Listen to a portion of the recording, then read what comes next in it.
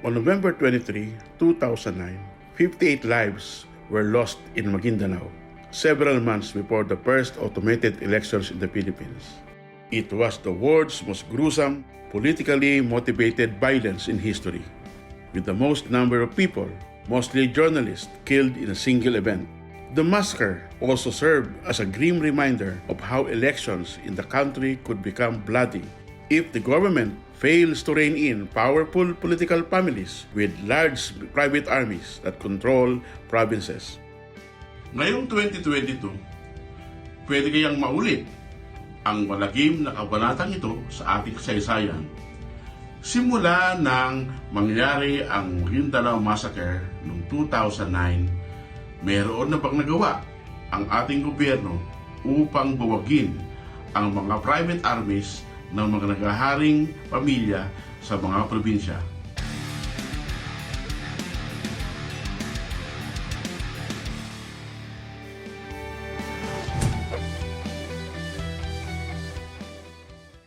Private armies and electoral violence are persistent phenomena in the Philippines. From the time the country gained independence from the Americans in 1946, private armies have existed, sowing fear among politicians and voters alike, weakening democracy in the Philippines. Filipinos generally perceive private armies to be a menace, prompting the government to set up mechanisms to dismantle them. But the private armies continue to exist. Lawyer Mike Cinco, a senior researcher at the Ateneo de Manila University, said private armies are part and parcel of the country's electoral systems. We don't have a culture of genuine political parties. Ever since the currency of winning an election means the 3G, yung guns, gold, and goons, which really became strong in probably the late 50s until now, we've never had really a genuine political party culture, much more a political party legal framework. May kinalaman po ba rito ang mga political families at o tinatawag na dynasties? Oh yeah, definitely, no?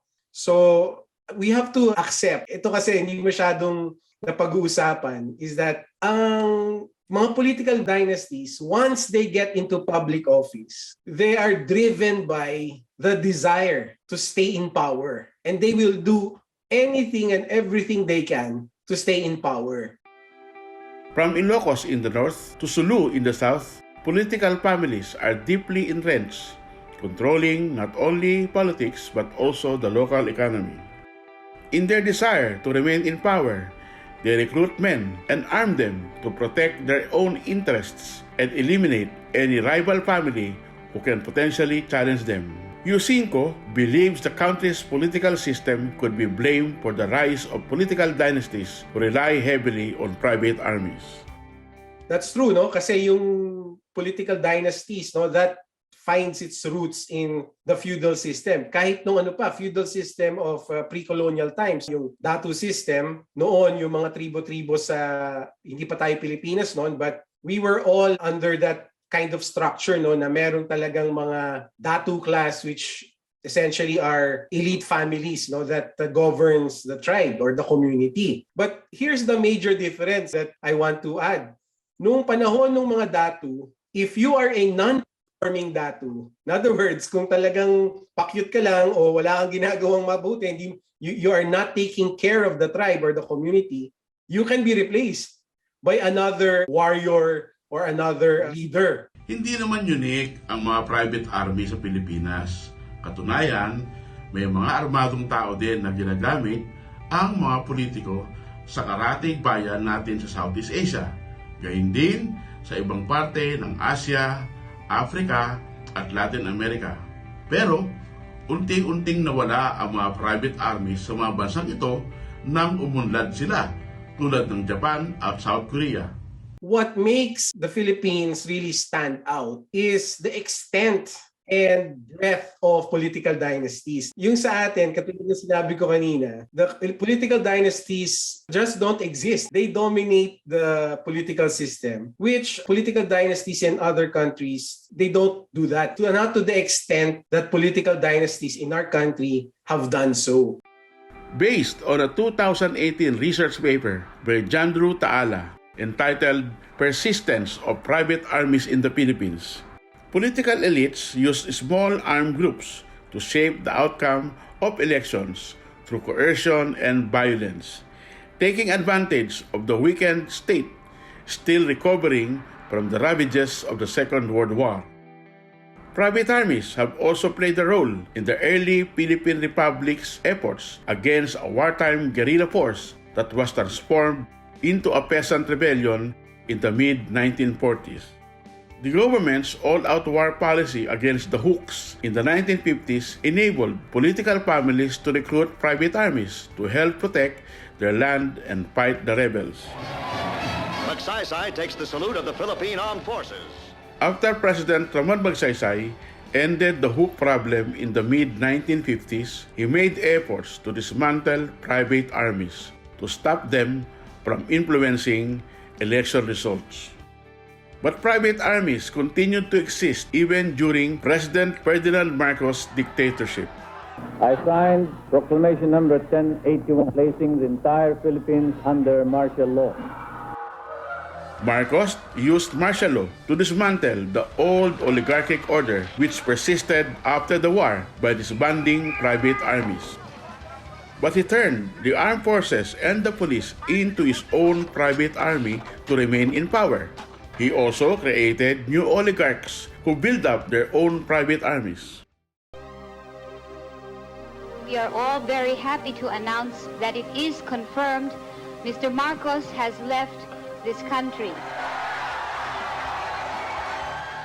After Marcos was toppled in 1986, the old order returned and the number of private armies grew. Based on the Philippine National Police data, there were 558 private armies in 1992, the first presidential elections after Marcos was removed from power. In 2000, the number was reduced to 154. In 2004, there were only 115 private armies, and these were further reduced to 93 in the 2007 elections. In the last 2019 midterm elections, the police said the figure was down to 77.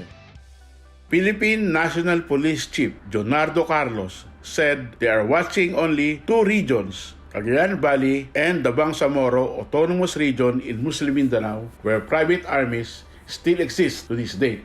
When we talk about the election, there are 7 cities and 39 municipalities that was identified. With this identification, we can now start planning. Magiging security plan na gagawin namin together with the PNP. Everything we do here will always be sanctioned by COMELEC. Pero, mas nababahala ang ating military sa mga rebelding grupo tulad ng NPA at ang mga Islamic militant groups tulad ng Abu Sayyaf at Mauti Group sa Lanao. Kasi pwedeng panggalingan ito ng kaguluhan sa darating na eleksyon na may mga taong mamamatay o masasaktan. Itong 7 cities and 39 towns that there may be serious armed threats posed by the communist terrorist group and local terrorist groups. That's where we come together with the PNP and COMELEC to prevent untoward incident. The threats from the Maoist-led rebel groups have been dramatically reduced. During the Marcos years, the NPA had more than 26,000 armed members nationwide. Now, they are down to more than 2,500 fighters in some parts of the country. We look at data that we have starting 2018, we started about 60 guerrilla fronts. Before that, ang nadidisband natin, 2, 1.